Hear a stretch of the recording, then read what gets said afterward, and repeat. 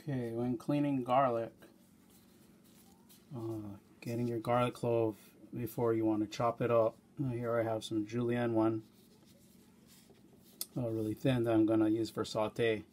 But you want to clean out the germ of the garlic clove. And basically what that is as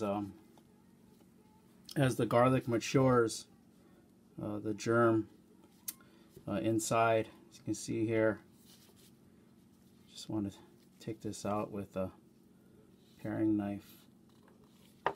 Almost looks like a little spring, like a little scallion or a little green onion. You want to take this germ out because it matures. As the garlic matures, it gets green in the middle, and it can be unpleasantly bitter.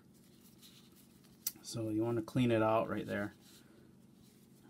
Same thing with this one right here. Just gonna take it out,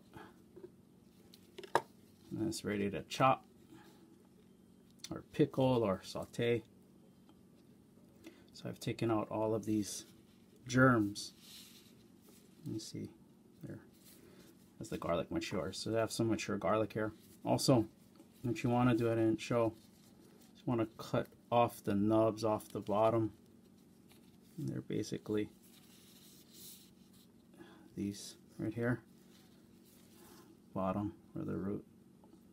And these ones, they don't cook, but if you chop up your garlic, it has that I mean, it cooks, but it's very crunchy and unappealing when it's in your mouth. So you want to take the bottom off and these germs out,